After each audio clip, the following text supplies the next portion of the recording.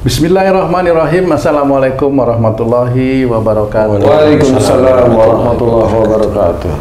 Para pemirsa dan sahabat beriman dimanapun berada, alhamdulillah kita berjumpa lagi di Ustadz Danu Official Channel. Semoga kita selalu dalam lindungan Allah Subhanahu wa Ta'ala. Amin ya Rabbal Alamin. Di video kali ini kita akan ngaji lagi bersama guru kita semua, Pak Ustadz Danu. Assalamualaikum Pak Ustadz. Waalaikumsalam warahmatullahi wabarakatuh. Assalamualaikum Bang. Waalaikumsalam Pak Tung. Mau duluan ya tadi ya.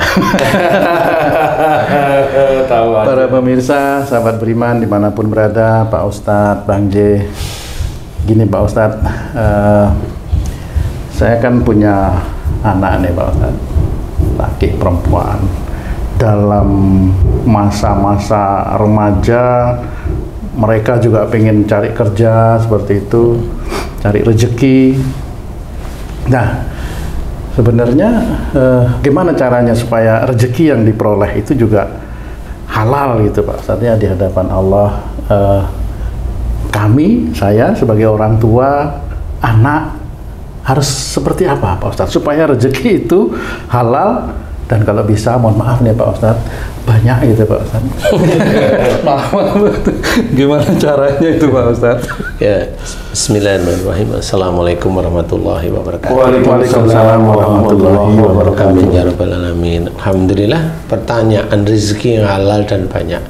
Kita sama seperti menganggap orang hidup itu yang dicari apa? Orang muslim itu, orang Islam itu yang dicari hidup di dunia, besok di akhiratnya apa? Surga. Surga insya Allah. Persoalannya itu, apakah orang itu mau masuk surga hidupnya hanya cuma sebentar itu langsung masuk surga? Kira-kira aja. Pengennya sih sebentar Ustadz, ujiannya sebentar. Maksudnya hidup. Iya, nggak apa-apa. Pengennya sebentar, ujian kan nggak banyak tuh kan, dikit bisa masuk surga. Pokoknya enak gitu. Tapi kira-kira bisa nggak yang seperti itu? Sulit tuh Pak Ustadz. Sulit sekali ya. Akan sulit ya. Jadi itu mirip seperti tadi yang ditanyain Tung itu. Jadi kalau menginginkan sesuatu yang enak, yang nyaman, yang baik, yang enggak macam-macam, ya kan butuh proses, butuh waktu sebenarnya. Jadi bisa aja seorang Islam itu kelihatannya yang dikerjakan di dunia itu kelihatan menurut dia ibadah, tapi dia malah keluar dari garis Allah, keluar dari garis Rasulullah. Bagaimana bisa seperti itu? Makanya ada hisab, ada timbangan yang ditimbang baik dan buruk seseorang. Jadi di titik itulah nanti seorang itu meninggal, mau dia umurnya beberapa hari setelah dia itu akhir balik umpamanya, kecuali kalau dia anak kecil meninggal, insya Allah dia memang nggak ada dosa. Tapi kalau setelah akhir balik, dia baru akhir balik kemudian setahun kemudian meninggal, masuk surga gimana? Wallahu a'lam, nggak ngerti. Nggak taunya sejak dia itu kecil benci sekali sama ibunya. Kan bisa benci sekali, punyanya marah sama ibunya. Kemudian setelah akhir balik dia 1 tahun, saking bencinya sama ibunya, nggak taunya dia ketabrak kendaraan meninggal. Nah itu kan orang nggak pernah tahu sebenarnya. Padahal ada proses sebenarnya. Jadi tidak mungkin Allah itu memberikan suatu keadaan atau takdir khususnya yang menurut manusia itu tidak enak, umpamanya meninggalnya tabrakan, itu Allah itu tidak punya sebab, itu nggak mungkin. Semuanya itu insya Allah ada sebabnya. Seperti itu. Nggak mungkin. Jadi kalau ada seorang ingin masuk surga, pasti ada sebabnya kenapa orang itu masuk surga, atau kenapa orang itu masuk neraka, pasti ada sebabnya kenapa orang itu masuk neraka. Itu harus paham dulu. Karena apa? Biar orang itu begini loh, gimana caranya saya Pak Ustadz agar rezeki saya itu banyak, halal, thayyib, banyak. Nih baca ini. Gak bisa seperti itu. Gak bisa, coba aja, boleh kok dicoba. Kalau bisa, tentunya dia duluan Ustaz. Ya harusnya dia duluan ya. Yang nyuruh maksudnya. Ya. Nah, dalam hal ini sebenarnya diterangkan oleh Allah Ta'ala dalam surat Az-Zariyat, wa fis sama'i rizqukum wa ma tu'adun. Di langit ada jalan rezekimu. Nah ini udah jelas nih oleh Allah Ta'ala. Di langit itu ada jalan rezeki kita. Dan apa yang dijanjikan oleh Allah Ta'ala kepadamu. Hati apa? Kalau Allah menjanjikan sesuatu berarti Di akhirat tuh enak, berarti surga ini. Kalau Allah menjanjikan, apalagi contoh lain umpamanya kita itu di dunia itu senantiasa disuruh berpikir agar beruntung. Nah, orang itu bukan berpikir berhitung 2 tambah 2 4, itu bukan itu. Kemudian berpikir bahwa bumi itu hanya bulat tok menurut ilmu, tidak seperti itu saja. Berpikir itu sebenarnya adalah persoalan di dunia ini kita pikirkan yang bagaimana cara menyelesaikannya tidak keluar dari syariat Islam. Nah, itu berpikir namanya. Oh, bukan berpikir dalam pelajaran itu Pak Ustadz ya? Belum, itu belum masuk. Belum masuk. Karena ada juga orang yang diizinkan oleh Allah Ta'ala mengetahui ilmu agama, tapi ya jalannya masih kiri seperti itu, masih aja. Jadi dia juga berpikir, tapi yang bagaimana? Karena berpikirnya hanya duniawi. Padahal yang dianjurkan oleh Allah Ta'ala seorang Islam itu berpikir agar beruntung, kan selalu begitu ya. Berpikir agar beruntung itu, berpikir itu menyelesaikan suatu masalah di dunia ini dengan syariat Islam. Itu berpikir namanya. Beruntung, nah kalau itu dilakukan terus-menerus setiap harinya, berarti orang ini taat kepada Allah Ta'ala. Makanya beruntungnya besok insya Allah di akhirat masuk surga. Beruntung itu masuk surga. Nah, kalau mamanya di sini ditanyakan itu bagaimana anak mendapat rezeki yang halal, thayyib atau banyak mamanya. Nah, ini sudah dijelaskan. Wa fis sama'i rizqukum. Di langit ada jalan rezekimu. Jadi gimana caranya mengambilnya? Dijelaskan oleh Allah Ta'ala di ayat sebelumnya. Innahum kanu qabla dzalika muhsinin. Sesungguhnya mereka di dunia selalu berbuat kebaikan. Ini petunjuk Allah, bukan karangan seseorang. Bukan, ini Allah. Berarti untuk agar kita bisa mendapatkan rezeki itu adalah berbuat baik. Nah, berbuat baik bagi seorang Islam apa? Sholatlah. Ibadah-ibadah wajib kerjakan semata-mata karena Allah. Jadi kerjakan, jangan semata-mata untuk kaya lah, nggak bisa lagi ini sudah. Semata-mata karena Allah Ta'ala. Berbuat baik itu kerjakan ibadah. Ini berbuat baik untuk diri kita sendiri. Kemudian bagaimana? Nah, kemudian berbuat baik yang paling dekat dengan orang tua. Ini bagi anak-anak. Berbuat baik dengan orang tua gimana? Hormatlah dengan orang tua. Hormat dengan orang tua. Terus menerus berkata yang baik, berkata yang ini. Nah, bagi yang untuk dirinya sendiri, ini bagi seorang yang sudah menikah kemudian juga menginginkan rezeki gitu juga halal thayyib. Nah, yang harus diketahui juga berbuat baik dengan pasangannya. Si suami harus berbuat baik dengan istrinya. Si suami harus sering memberikan masukan-masukan kepada istrinya. Dia sebagai imam di rumah tangga itu sebagai imam. Kalau udah punya anak juga dia sama, harus seperti tugasnya berbuat baik. Ya itu yang harus kita kerjakan. Memang di dalam surat Az-Zariyat tersebut tidak di breakdown berbuat baik itu bagaimana. Nah, kalau kita sebagai seorang muslim ya harus paham berbuat baik itu pertama kali ya sholat atau puasa yang mengenal Allah dengan baca Quran, mengerjakan sunnah-sunnah Rasul, itu kan berbuat baik. Kemudian apalagi selain diri kita? Ya dengan orang tua. Apalagi di balik situ orang tua ya dengan anak-anaknya, kalau anak-anaknya masih kecil kan seperti itu. Berbuat baik lagi, jangan main judi online. Nah, itu kan berbuat baik ya.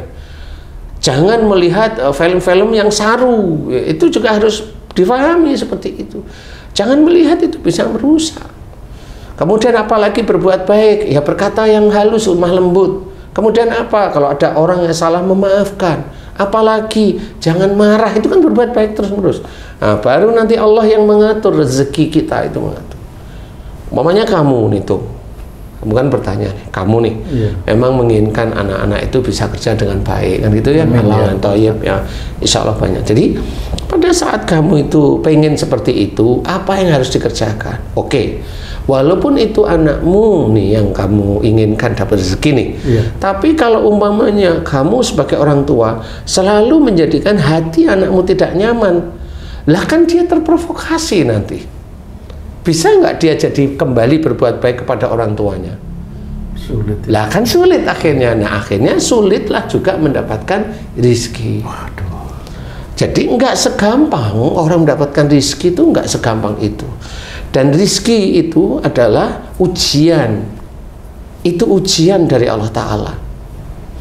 Jadi rizki yang bentuknya harta, rizki yang bentuknya anak, rizki yang dalam bentuk apapun di dunia ini adalah ujian, bukan nikmat, bukan, itu ujian. Yang dikatakan nikmat oleh Allah Ta'ala itu bukan harta.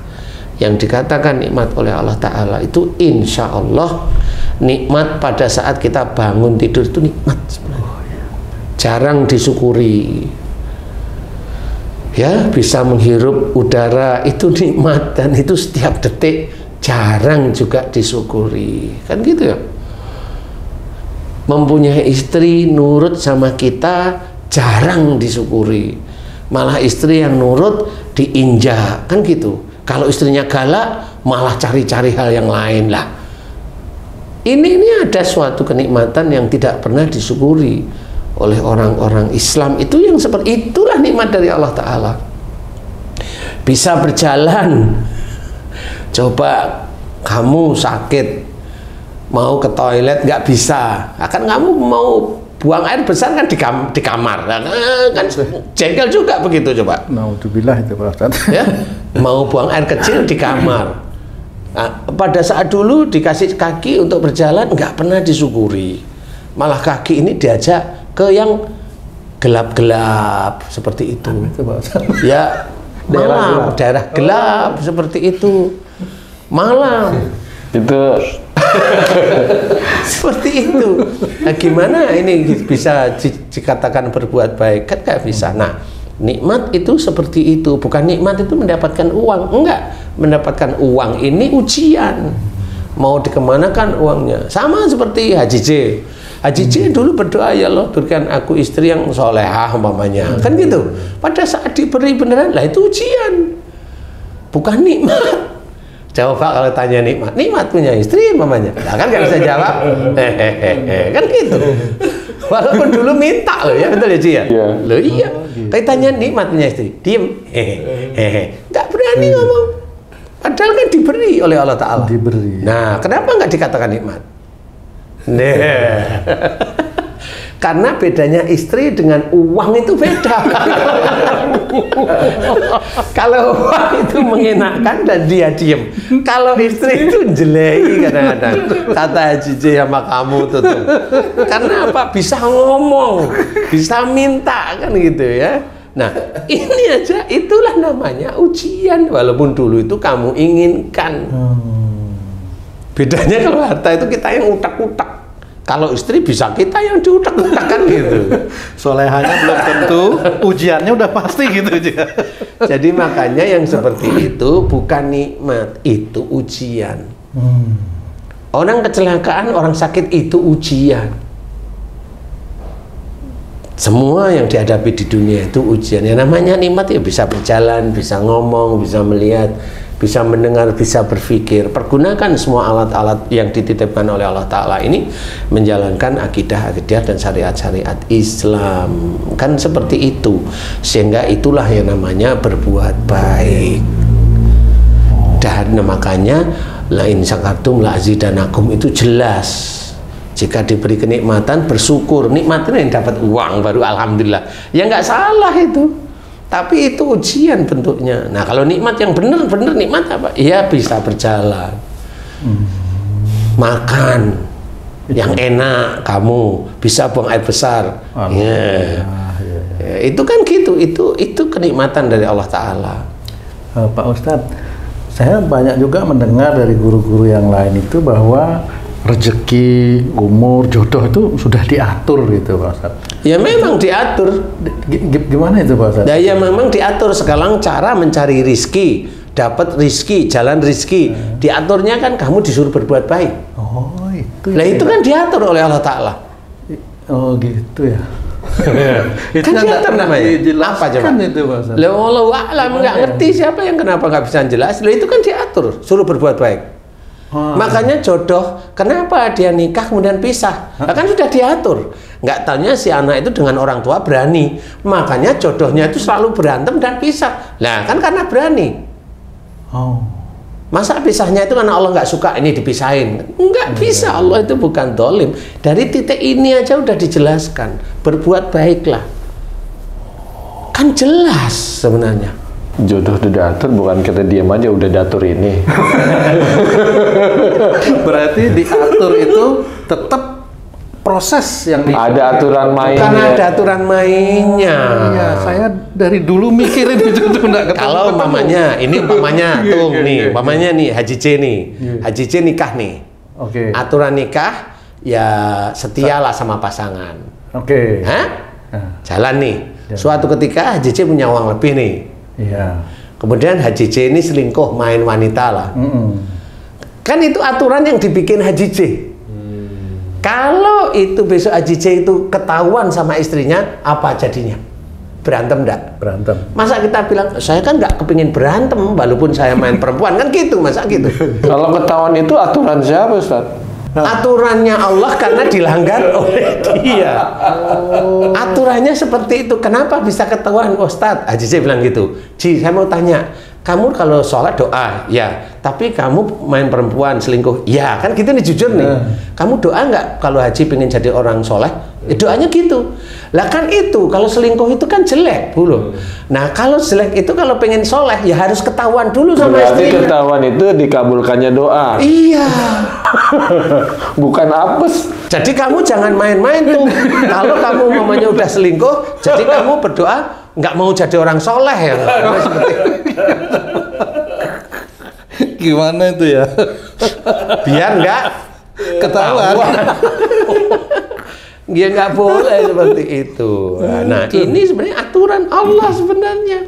Jadi orang yang berkata kematian, jodoh, rezeki diatur Allah itu karena dia nggak bisa jawab sebenarnya. Lah aturannya tadi sudah jelas. Dia menjawabnya sebatas pengetahuan dia. Nah, sebatas ingat. Contoh umpamanya persoalan kematian atau musibah diterangkan wa ma asabakum min musibatin fa bima kasabat aydikum. Apa saja musibah yang kau terima disebabkan buah tanganmu sendiri. Kalau di musibah itu mati ya kan itu dari itu ayatnya. Diatur nggak sama Allah Ta'ala? Diatur sebenarnya. Diatur, cuma orang itu nggak mau diatur oleh Allah melalui ayat-ayat Quran. Sehingga dia umpamanya dia kena musibah tabrakan, baru 3 hari di rumah sakit mati umpamanya. Lah orang kan nggak tahu kenapa tabrakan. Nggak taunya dia kalau diberi nasihat sama orang tuanya diajak berantem aja orang tuanya. Lah ini kan orang nggak manfaat, malah ngancurin imannya orang tuanya. Ya kalau nggak manfaat, sholat nggak mau, ini nggak, ya selesai lah sudah. Bukan itu menjadi rahasia Allah ya Pak Ustaz? Rahasia gimana? Wong udah jelas. Wa ma asabakum min musibatin fa bima kasabat aydikum, itu rahasia dari mana? Itu kan jelas. Itu kan jelas. Dari masih kok jadi rahasia gimana? Saya nggak pernah diajarin yang gitu dulu. Lah, kan jelas saya. Gimana coba artinya gimana? Coba Ci, artinya gimana? Bener nggak sih? Betul. Nah, kalau itu jelas, rahasia nggak sebenarnya? Enggak. Lah kan enggak. Kan enggak. Sekarang kan gini, musibah kamu. Haji, momennya Haji musibahnya nih. Haji marah-marah sama istrinya. Saya nggak tahu nih, dimarah sama istri. Ketemu sama saya nih, Ustadz saya dimarah sama istri saya. Loh, emang kenapa Ci? Kan gitu nih tanya. Kenapa Ci? Saya selingkuh ketahuan. Loh. Kan mau ngomong apa? Dibunuh. Sampai kalau tidur istri saya bawa pisau, Ustadz. Nah, gitu. Kan gitu. Jadi jangan merasa musibah itu karena keinginan Allah. Enggak ya. Itu sebenarnya kamu itu mengatur dirimu sendiri. Nah itu musibah tuh kaitannya itu Ustaz. Kalau jodoh kan belum dapat musibah atau bukan? Enggak, itu kan nggak ngerti juga orang jodoh itu rahasia Allah lah. Kalau memang jodoh itu masuk ke dalam rezeki, orang itu harus berbuat baik. Kan dilihat. Kalau seorang itu belum dapat jodoh, hubungannya itu dengan orang tua. Dia itu dilahirkan oleh siapa? Ibunya. Ibunya bisa melahirkan dia dari bapaknya juga atas izin Allah. Lah kalau dia ngajak berantem sama bapaknya, dia ngajak berantem sama ibunya, Lah itu mau didapat jodoh yang kayak apa? Padahal dia doanya, ya Allah berikan saya jodoh yang soleh. Padahal dia berani terus sama orang tuanya, kan nggak cocok. Bukan izin Allah itu berantem itu Pak Ustadz. Kan gitu, dia sendiri ngajak berantem. Ada juga yang sering ribut tapi dapat jodoh, gimana Ustaz? Nah, memang, tapi nanti kan pada waktu dia menikah berantem lagi. Sama suaminya. Sama suami istri akan berantem. Seperti dia sama orang tuanya. Iya, bisa pisah dari titik itu. Bisa aja nanti dia hamil keguguran. Macam-macam cara Allah sebenarnya. Nah, ini yang harus kita ketahui. Makanya untuk menjadikan kita mendapatkan rezeki yang halal itu tidak gampang sebenarnya. Kalau yang memang benar-benar halal, thayyib, tidak gampang. Orang yang mendapatkan rezeki dulu, kemudian akhirnya dia hijrah, doa pada Allah. Doa pada Allah, dia tahu pada waktu dia dapat rezeki itu masih aja dia nggak mau sedekah, sombong tentang rezekinya yang banyak, kemudian dia nggak mau infak, kemudian dia nggak memberikan kepada orang tuanya, dia sombong. Suatu ketika dia hijrah, kemudian doa, ya Allah berikan saya rezeki yang halal, habis uangnya yang itu. Iya. Habis, dihabiskan oleh Allah Ta'ala. Kenapa itu Pak Ustadz? Nah, bukan kenapa, karena dia doanya sudah benar. Nah, harta yang dianggap oleh Allah Ta'ala itu tidak baik, dia akan dihabiskan. Di titik itulah dia harus berpikir sebenarnya. Ini kembali ke anak nih Pak. Ya. Kalau bukan kegagalan ya, kurang berhasil atau kurang cepatnya seorang anak itu mendapatkan rezeki, apakah itu juga bisa disebabkan dari kesalahannya orang tuanya? Saya misalnya. Ya, tadi saya kan cerita kalau momennya orang tua jadi provokator bagi anak, kan akhirnya anak nggak bisa berbuat baik dia. Sebenarnya sih yang jadi provokator kedua orang tua. Gimana sih? Tapi ya kan ada satu lagi. Oh iya. Boleh. Itu gimana itu? Lah kan tinggal kamu sebagai imam kasih tahu. Masa saya ngasih tahu? Iya. Kan bukan istri saya. Seperti kayak Haji C punya istri. Ngomong istri, emang istri Pak?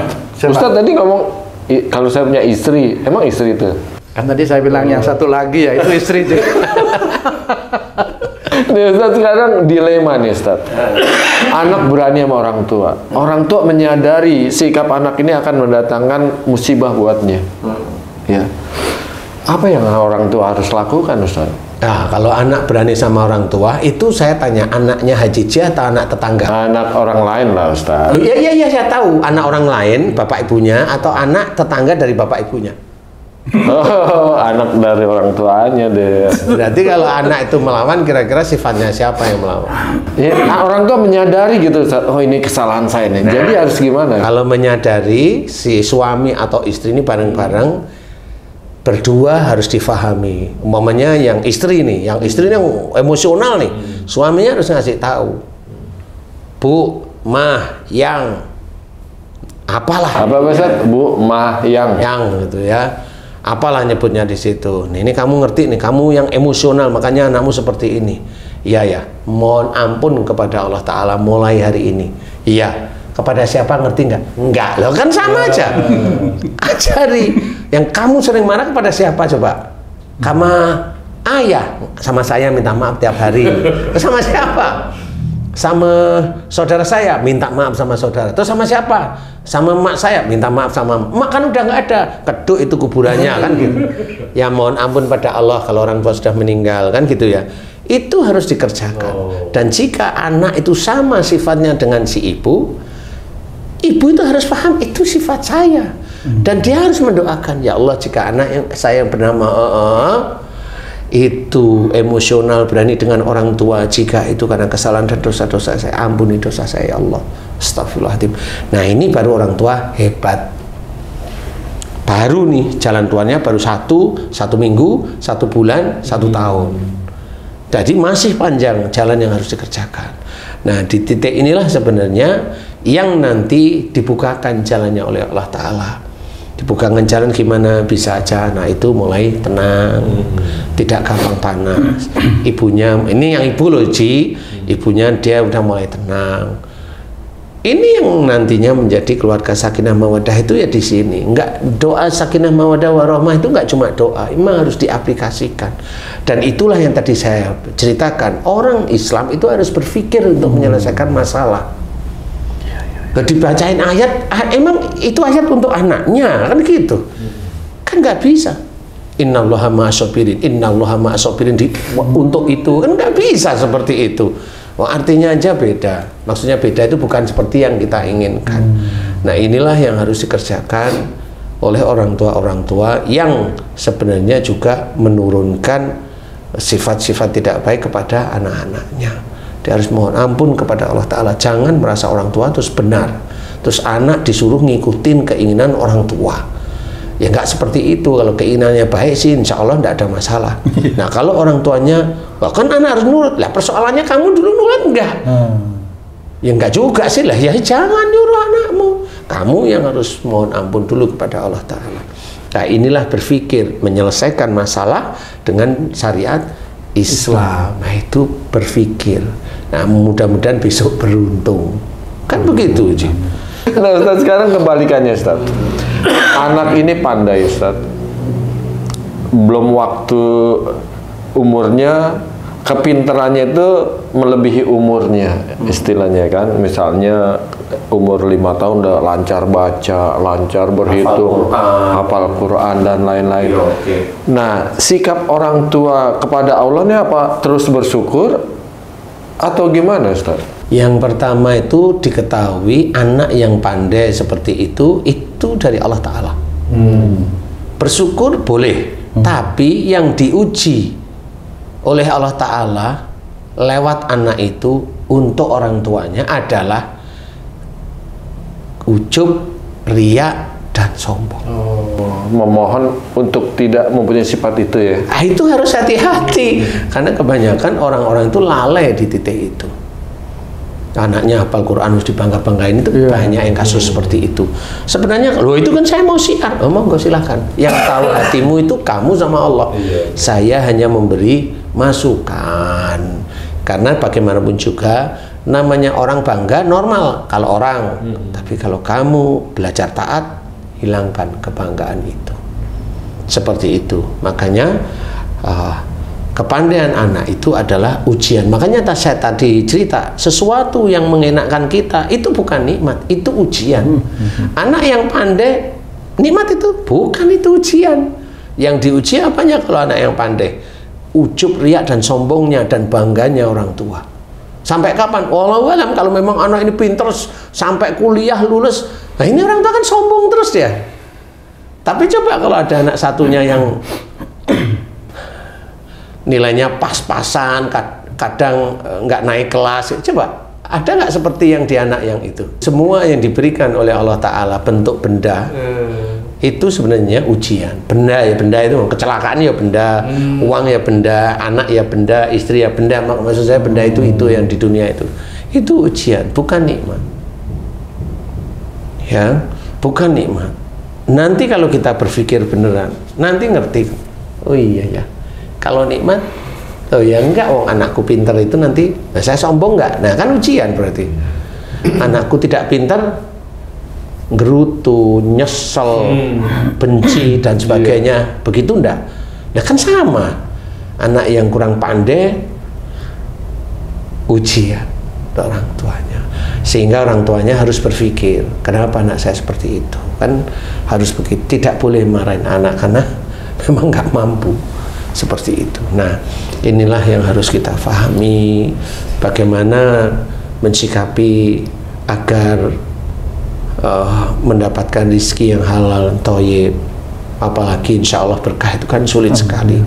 Cuma persoalannya adalah mulai hari ini dekatkan diri kita, dekatkan diri anak-anak kita itu kepada Allah Ta'ala, agar nanti rezeki-rezeki ke depan dari kita atau anak-anak kita itu diberikan kepada Allah Ta'ala. Sehingga nanti kita juga ya agak tenang lah, bukan senang, agak tenang kan gitu ya. Kalau bilang agak tenang, kalau senang kan terlalu berlebih. Agak tenang lah di hati. Jadi harus dekatkan diri kita, diri anak-anak kita kepada Allah Ta'ala. Belajar untuk tidak melakukan hal-hal yang dilarang oleh Allah Ta'ala. Nah, belajar taat pada Allah Ta'ala. Belajar taat walaupun sulit, walaupun susah, harus tetap belajar. Mudah-mudahan bisa manfaatnya. Amin. Wallahu a'lam. Amin. Terima kasih banyak Pak Ustadz ilmunya dan penjelasannya. Para pemirsa dan sahabat beriman dimanapun berada, mudah-mudahan apa yang telah disampaikan oleh guru kita Pak Ustadz Danu dalam tayangan ini bisa kita pahami, bisa kita aplikasikan juga dalam kehidupan sehari-hari, khususnya bagi kami yang ada di sini untuk meningkatkan keimanan dan ketakwaan kita kepada Allah Subhanahu wa Ta'ala. Amin ya Rabbal Alamin. Saya Tung pamit diri, sampai jumpa di video kami yang lain. Wassalamualaikum warahmatullahi wabarakatuh. Waalaikumsalam warahmatullahi wabarakatuh. Alhamdulillah.